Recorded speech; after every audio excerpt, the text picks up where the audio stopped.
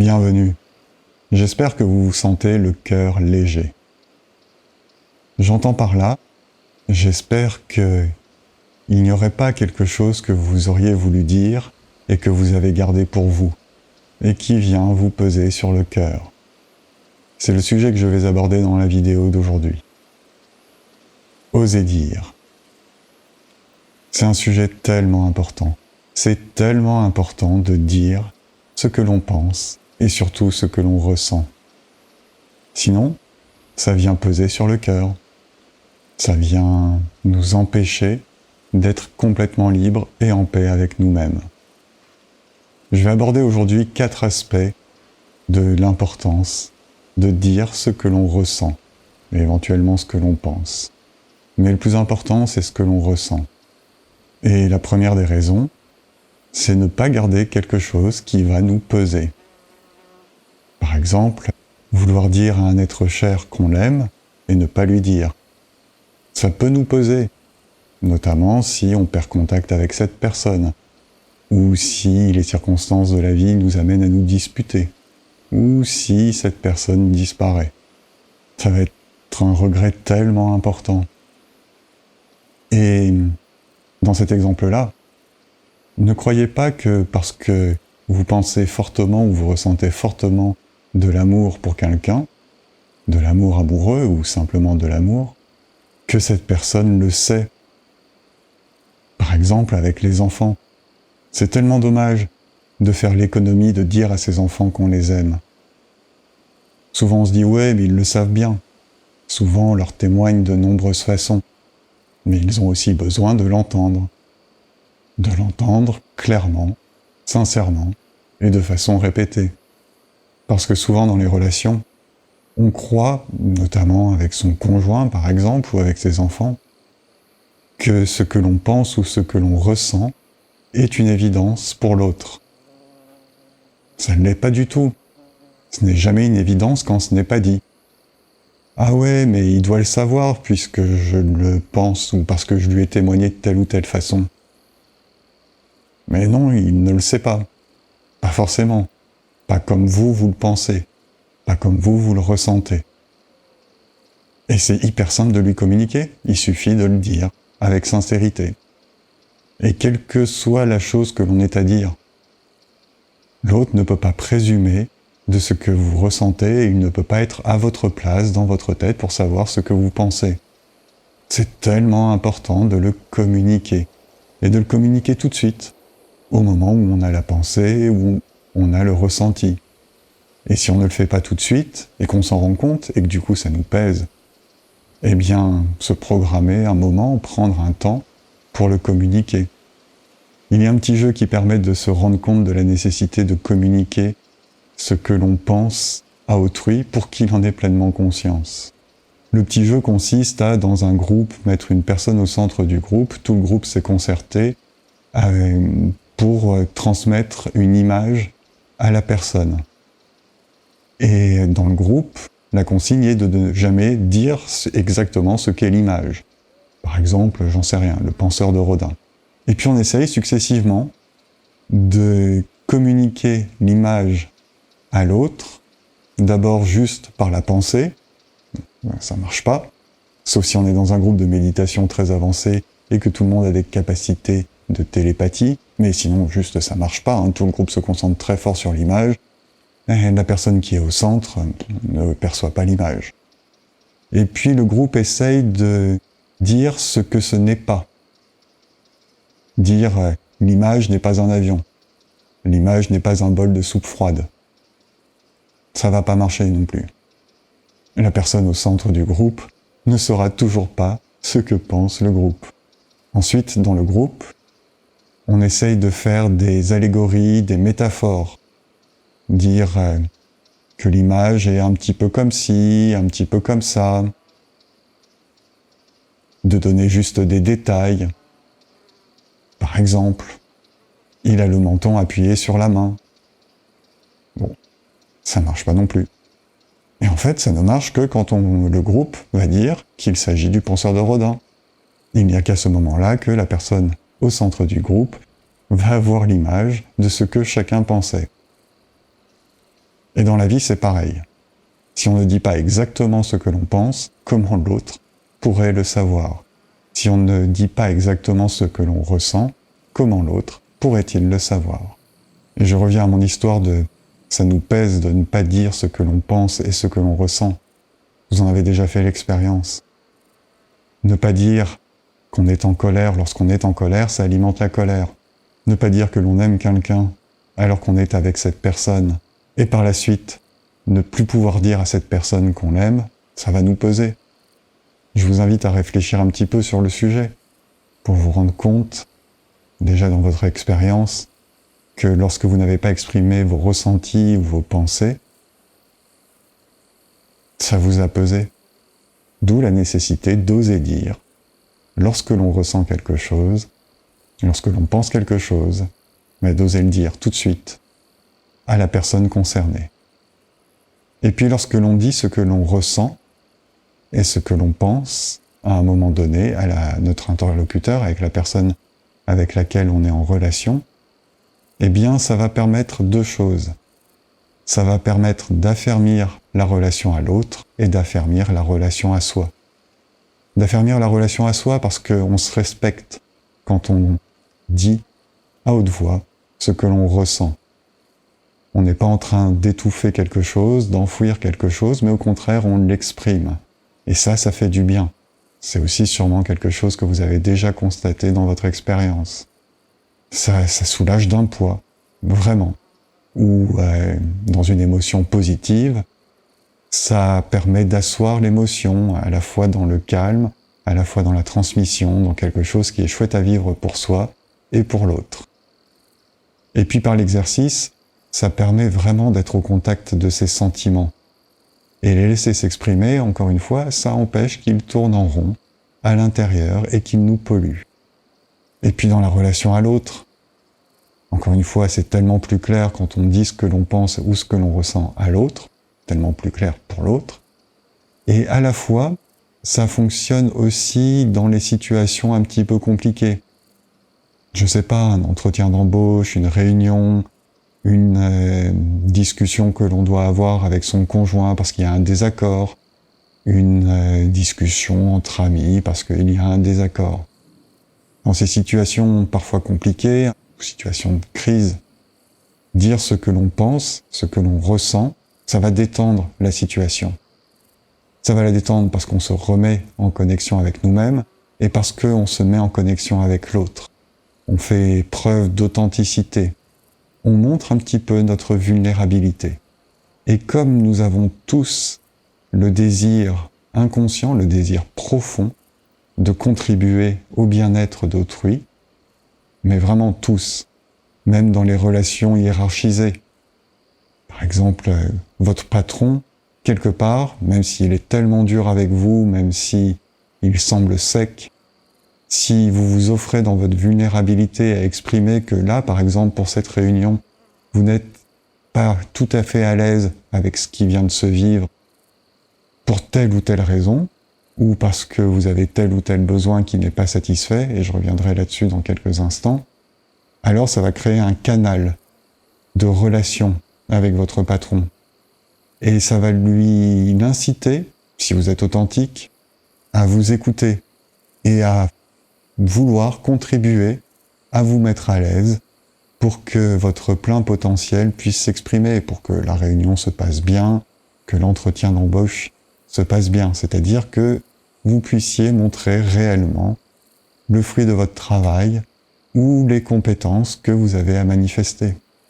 Le but de votre interlocuteur est très rarement de vous enfoncer ou de vous écraser.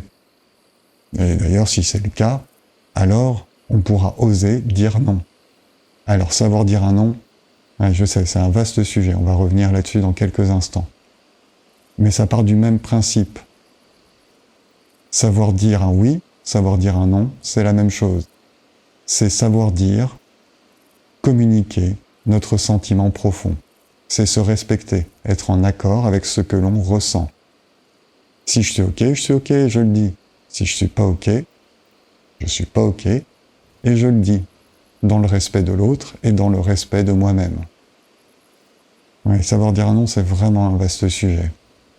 parce que ça part souvent des peurs que l'on a. La peur de déplaire, la peur de perdre une relation, la peur de contrarier, le manque de confiance, c'est-à-dire la peur de ne pas être aimable si on dit un non.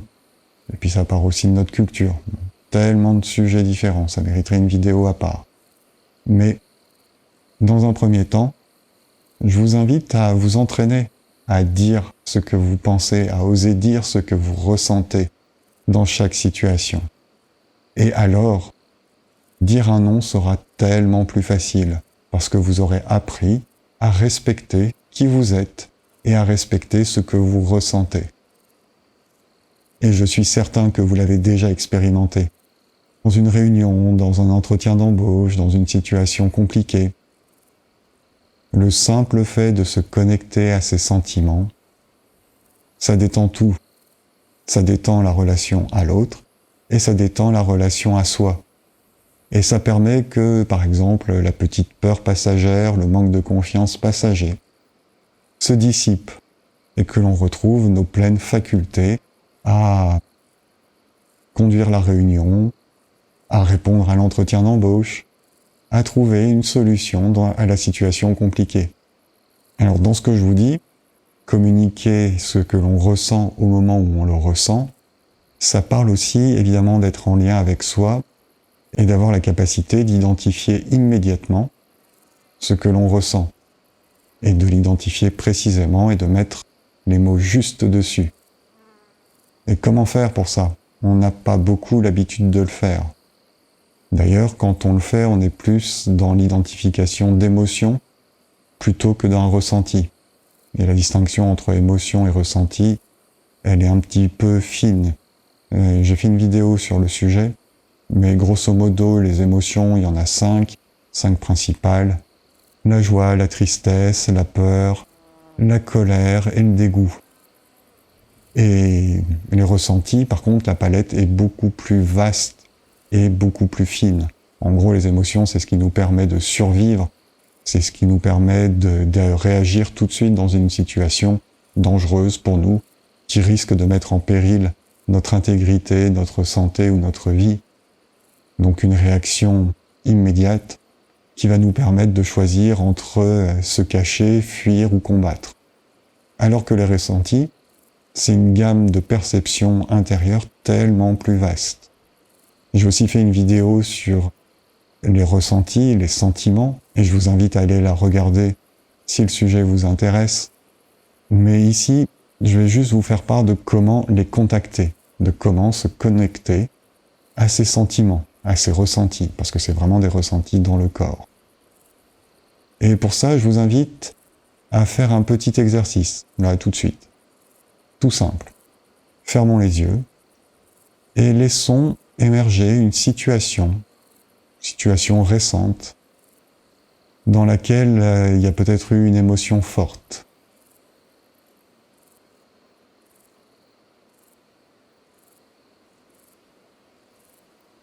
Voilà, en seulement quelques instants, il y a peut-être, probablement, une situation qui a émergé. Et maintenant, toujours les yeux fermés, revivez la scène, observez-la comme si vous étiez extérieur à la scène,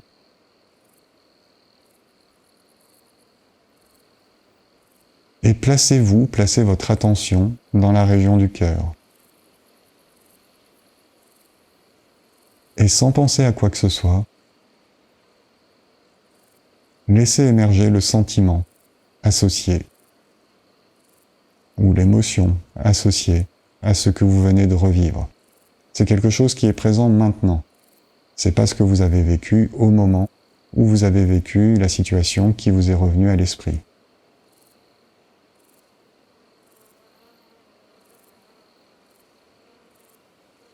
Voilà, ça se fait vraiment en se plaçant son intention de se mettre dans la région du cœur. Et le sentiment apparaît comme l'intuition que j'ai déjà tellement décrite, ça apparaît très vite.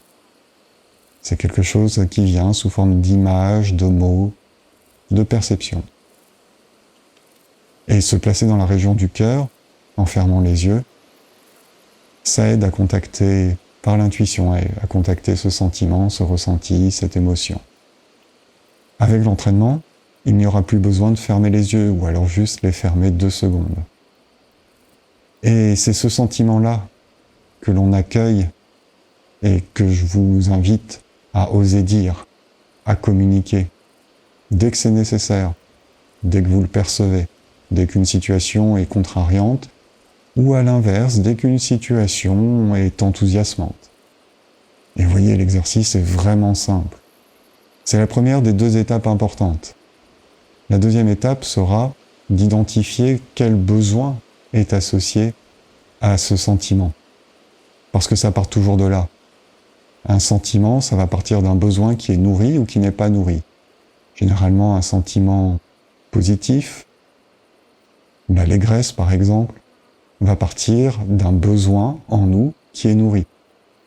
Et à l'inverse, une émotion comme la colère va partir d'un besoin en nous qui n'est pas nourri. À nouveau, sans entrer dans le détail de ce que sont les besoins, car j'ai déjà fait une vidéo sur le sujet et je vous invite aussi à regarder cette vidéo si cela vous intéresse, si vous voulez approfondir un petit peu quels sont les besoins nécessaires à notre épanouissement. Il y en a une 40, 47 je crois de mémoire. Et bien pour identifier ce besoin qui est nourri ou qui n'est pas nourri, nous poursuivons simplement l'exercice que nous étions en train de faire. Donc toujours les yeux fermés, nous venons de revivre la situation, je vous invite à vous la remettre en tête si besoin, à recontacter le sentiment qui y est associé, et à simplement poser la question, quel est le besoin nourri, dans le cas des situations, des émotions, des sentiments positifs, ou quel est le besoin qui n'a pas été nourri, dans le cas des sentiments ou émotions dits négatifs. Et à nouveau, en vous plaçant dans la région du cœur, en ayant l'intention de vous placer dans la région du cœur, très rapidement, le besoin associé au sentiment va émerger. À nouveau, sous forme d'une image, d'un mot, d'une sensation.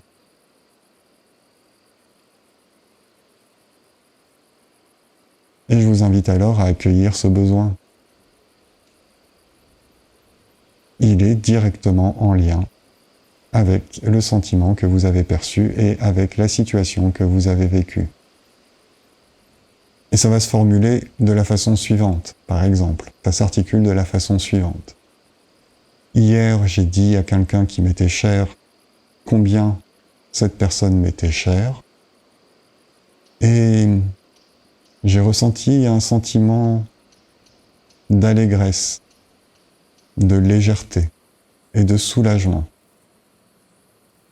Le besoin qui était associé à cette situation, à ce sentiment, c'était à la fois le besoin de communication, le besoin d'authenticité, le besoin de relation. Ces 3 besoins étaient nourris. Et ça m'a permis de vivre de la joie, de l'allégresse, de la légèreté. Il y avait aussi une forme de communion, un besoin de communion qui a été nourri. Voilà par exemple comment se formule une articulation entre une situation, un sentiment et un besoin positif. À l'inverse, il y a quelques jours, lorsque je suis sorti de chez moi, il y avait tellement de monde dans la rue, j'avais beaucoup de mal à me déplacer. C'était bruyant alors que j'étais dans un moment de calme et que j'avais besoin de calme. Alors j'ai ressenti de la colère et une forme d'oppression. C'est vraiment ce que je ressentais dans la poitrine, il y avait de l'oppression. Cette oppression, elle était associée à un besoin de calme et de paix. Je venais de vivre ça, j'avais besoin de rester dans le calme et la paix, et voilà, la foule massive d'un coup, ça m'a coupé de ce besoin de calme et de paix. ça n'a pas permis de le nourrir. Voilà comment s'articulent une situation et un sentiment et un besoin, voilà, du côté négatif. Le simple fait de prendre conscience de ce sentiment et de ce besoin, ça permet de se soulager, de s'alléger. Le simple fait de les comprendre, de les accepter, de les accueillir, ça va alléger le sentiment, par exemple le sentiment négatif, le sentiment lourd, et ça va permettre de se retrouver avec soi. Dans la foule, une fois que j'ai identifié le besoin qui n'était pas nourri, quelque part ça me permettait de me recentrer, et du coup d'être à l'aise avec le fait qu'il y ait de la foule, et de le vivre différemment, de le vivre de façon plus agréable. Voilà, j'étais bien avec le fait qu'il y ait de la foule. Je vais prendre un dernier exemple. Je suis invité à un mariage. Lorsque j'ai lu l'invitation à ce mariage, tout de suite, je me suis dit, j'ai pas du tout envie d'y aller. Bon, les raisons m'appartiennent, ça n'a aucune importance. Et lorsque je me suis retrouvé en face de la personne qui m'a invité, comment lui dire non? Pas facile. Alors je me suis connecté au sentiment que je ressentais, ce qui animait ma décision, et aux besoins qui étaient derrière ce sentiment. Et ainsi, j'ai pu lui dire « Merci beaucoup pour ton invitation. Je suis très touché, je ressens vraiment de la gratitude que tu me considères et que tu aies envie de ma présence au mariage de tes enfants. Et en même temps, je ressens une forme d'appréhension à l'idée de venir à ce mariage. Et j'ai besoin de respecter ce que j'ai ressenti. Malgré tout l'amour que j'ai pour toi et pour tes enfants, je ne souhaite pas être présent au mariage. Je ne veux pas te donner de fausses excuses. Je te témoigne simplement ma gratitude de m'avoir invité, toute mon amitié, et en même temps, voilà, quelque chose en moi dit de ne pas aller au mariage, et j'ai vraiment besoin de respecter ce quelque chose. Voilà. Et puis dans le processus de communication, évidemment, je lui ai demandé comment il accueillait ce que j'étais en train de lui dire, et ça a amené la conversation un petit peu plus loin. Mais l'exprimer tout de suite m'a permis d'être en relation avec mon interlocuteur, de maintenir la relation, et d'être en accord avec moi-même, et en paix avec moi-même. Je vous parlais du besoin en lien avec la situation et le sentiment que l'on est en train de vivre dans cette situation, ou qui reste vivant lorsque l'on repense à la situation. Ce premier besoin contacté n'est pas toujours le besoin racine.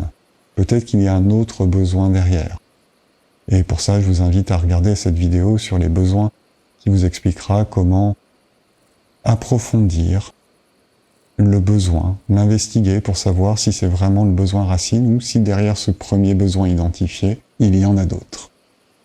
Et le dernier point, qui me semble hyper important, il y en a beaucoup d'autres, mais qui me semble hyper important dans la nécessité d'oser dire ce que l'on ressent ou ce que l'on pense, c'est la parole créatrice. Notre pouvoir créateur qui s'exprime au travers de la parole. Au début était le Verbe, et le Verbe était avec Dieu. Dans les immenses pouvoirs dont nous disposons, que j'ai évoqués dans les quelques dernières vidéos que j'ai postées, dans ces immenses pouvoirs, il y a un point central, la manifestation du pouvoir par la parole. Un idéal, parfaitement conçu en esprit, et parfaitement parfait par la pensée, peut se matérialiser, va se matérialiser, à partir du moment où on l'exprime oralement.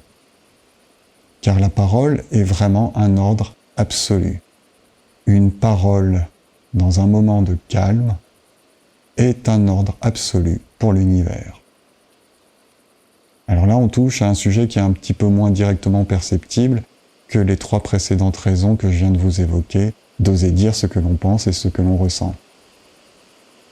Et pourtant, je vous invite à en faire l'expérience. Dans un moment de calme absolu, toute parole est un ordre absolu pour l'univers. Alors ça parle d'un moment de calme. un moment de calme parfait, c'est-à-dire un moment de calme physique et un moment de calme mental.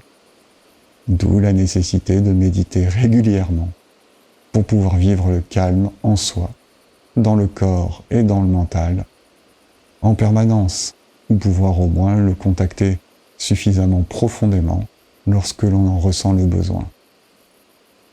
Mais dans un corps parfaitement calme et avec un mental parfaitement apaisé et parfaitement calme, comme une eau limpide, non pas stagnante, mais parfaitement calme, alors toute parole est un ordre absolu. Et ça va créer une matérialisation dans la matière de cet ordre. Et pour ça, je vous invite vraiment à l'essayer. Bon, ok, ça demande un petit peu d'entraînement à la méditation, pour pouvoir vivre un calme parfait en soi. Mais dès que ce calme est instauré, ce pouvoir est à la portée de chacun. Ce pouvoir créateur est à la portée de chacun. Et d'ailleurs, je suis certain que vous en avez déjà fait l'expérience. Parfois, on veut quelque chose tellement fort, ça part d'une intention qui est tellement profonde en nous, d'un élan qui est tellement puissant en nous. Et on le perçoit à ce moment-là. On sait que c'est pas une simple volonté mentale, que ça vient d'ailleurs, que ça vient de plus grand que nous, que ça nous traverse. Et alors, ce que l'on désire le plus à ce moment-là se manifeste d'une façon ou d'une autre. Pas nécessairement exactement comme on l'imaginait, mais dans le sens exact de cet élan qui nous a animés. Je suis sûr que vous avez déjà vécu ça. Je vous laisse investiguer, faire une petite recherche dans votre mémoire, et je suis persuadé que rapidement, vous allez repenser à une situation dans laquelle tout votre être était tellement tendu vers un objectif, vers un vœu, vers un souhait, quelque chose qui était juste pour vous et pour l'univers à ce moment-là, que ça s'est manifesté, que ça s'est réalisé. Et ça part vraiment d'un moment de calme, c'est-à-dire aussi d'un moment dans lequel il y a une confiance absolue, c'est-à-dire un moment dans lequel il n'y a plus aucune peur, juste une certitude, la certitude que ça doit être ainsi. Et ça peut se faire à volonté, par la parole, par le pouvoir créateur de la parole, lorsque celle-ci est formulée clairement, avec une intention pure, juste, alignée, dans un moment de calme parfait en soi. Voilà les 4 raisons que je voulais aborder aujourd'hui. Les 4 raisons d'oser dire. Oser dire pour ne rien avoir qui nous pèse sur le cœur. Oser dire pour être en relation, dans une relation saine avec soi. Oser dire pour avoir une qualité de relation à autrui. Et oser dire pour exercer le pouvoir créateur de la parole. Je reviendrai dans une autre vidéo sur comment oser dire un non. Mais dans un premier temps, je vous invite à simplement prendre l'habitude de contacter sentiments, besoins associés à une situation et à les exprimer. Et vous verrez que oser dire un non deviendra quelque chose d'évident, de simple, et qui ne créera pas de discorde, qui ne créera pas de conflit, qui ne fera pas que vous soyez rejeté. Et je vous donne rendez-vous dimanche prochain, 11h. Et d'ici là, je vous souhaite un beau cheminement. Si cette vidéo vous inspire, merci de la partager. Et si vous en avez l'élan, de la commenter, de cliquer un pouce et de vous abonner à ce canal. À bientôt!